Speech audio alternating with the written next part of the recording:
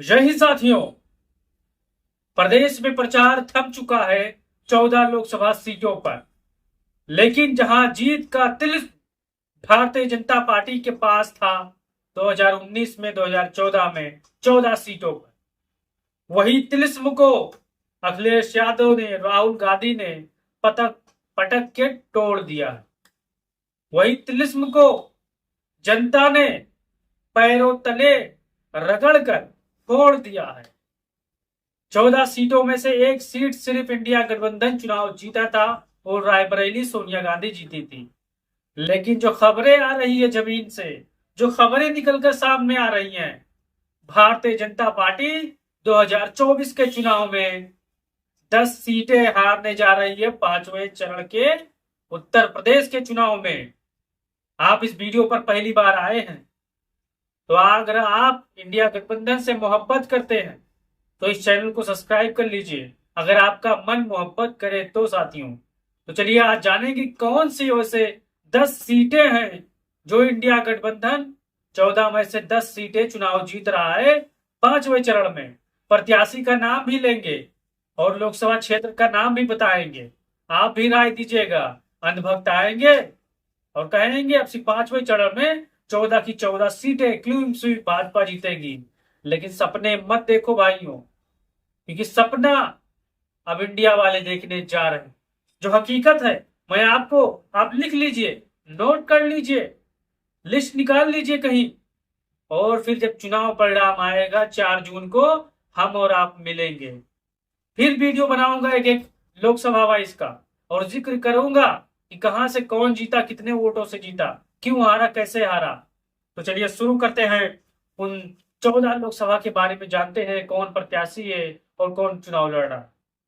रायबरेली से राहुल गांधी, अनुमान लगाइए कितने लाख वोटों से चुनाव जीतेंगे, क्योंकि जीत यहां पर 100% राहुल गांधी के खाते में है। अनुमान की देर है, कितने लाख वोटों से जीतेंगे ये आप लिख लीजिए कहीं। बहुत से साथी कह रहे हैं कि 2 लाख, 3 लाख, 4 लाख, लेकिन आपके पास बुद्धि है, विवेक है, आप अनुमान लगाइए, आप ओपिनियन बताइए। फिर चलते हैं कैसरगंज की तरफ।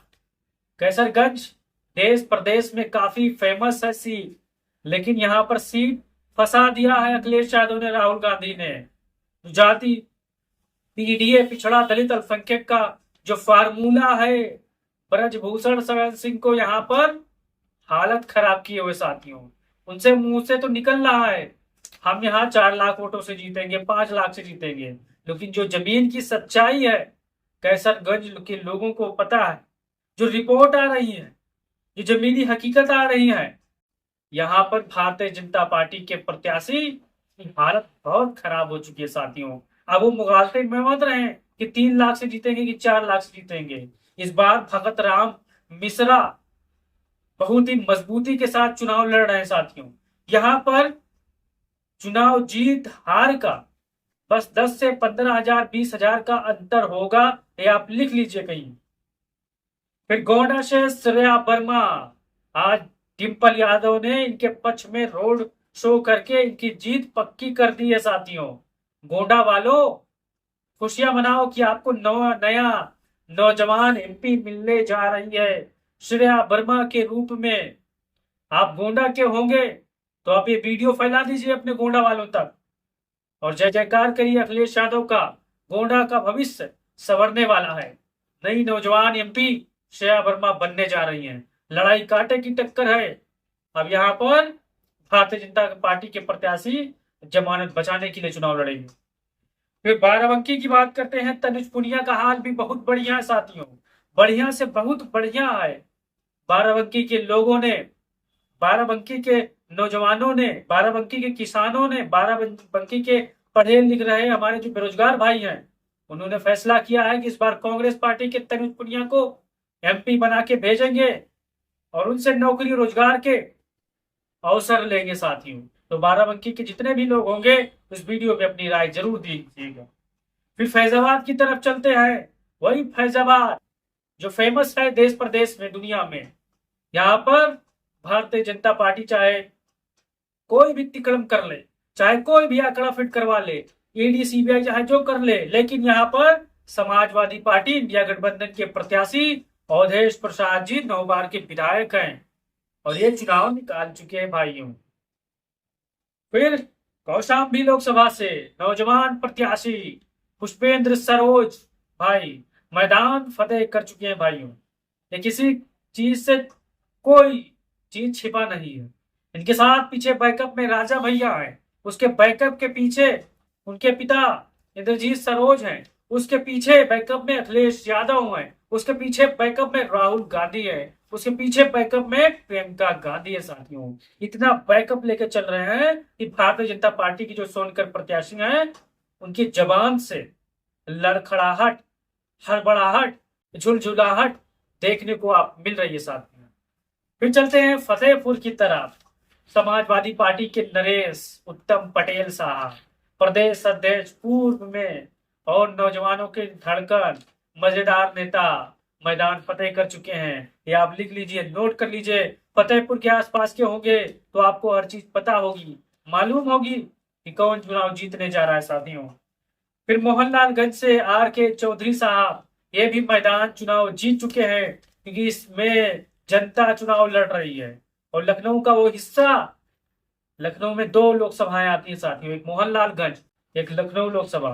तो लखनऊ लोकसभा में समाजवादी पार्टी थोड़ी वीक है लेकिन मोहनलालगंज में सबसे मजबूत है साथियों।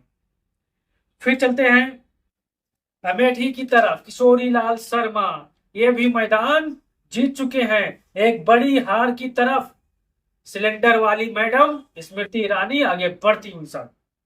फिर जालौन में नारायण दास, काफी कांटे का मुकाबला है, काफी दिलचस्पी है, यहाँ पर फाइट काफी जबरदस्त है और यहाँ पर चुनाव माहौल बना सकते हैं साथियों। झांसी में प्रदीप जैन सीट निकाल रहे हैं साथियों। झांसी में लड़ाई बड़ा दिलचस्प है क्योंकि जनता यहाँ पर उनके साथ खड़ी है। हमीरपुर में अजेंद्र लोधी जी ये भी फाइट कर रहे हैं काफी दमदार तरीके से। बांदा में श्रीमती कृष्णा लोधी जी ये भी चुनाव काफी मजबूती के साथ लड़ रही हैं और चुनाव निकाल भी लेंगे साथियों। फिर लखनऊ में रविदास मल्होत्रा जी, थोड़ा भारतीय जनता पार्टी यहाँ पर मजबूत है लखनऊ में, लेकिन फाइट देंगे राजेश रविदास मल्होत्रा जी।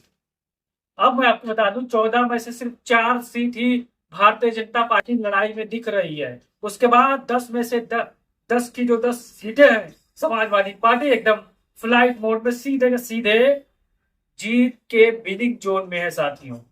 महंगाई के मुद्दे पर, बेरोजगारी के मुद्दे पर, अखिलेश यादव राहुल गांधी की जोड़ी पर इंडिया गठबंधन यहाँ मजबूती के साथ चुनाव जीतने जा रहा है और ये जो तिलिस्म है भारतीय जनता पार्टी की जीत का, जो रथ है वो धंस चुका है और जो रथ है उसका पहिया निकल के आगे जा चुका है।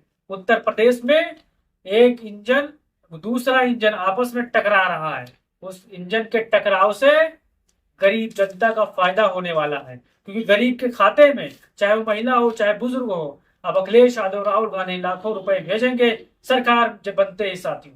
तो आप वीडियो शेयर करिएगा, चैनल को सब्सक्राइब करिएगा। जय हिंद, जय भारत, जय समाजवाद।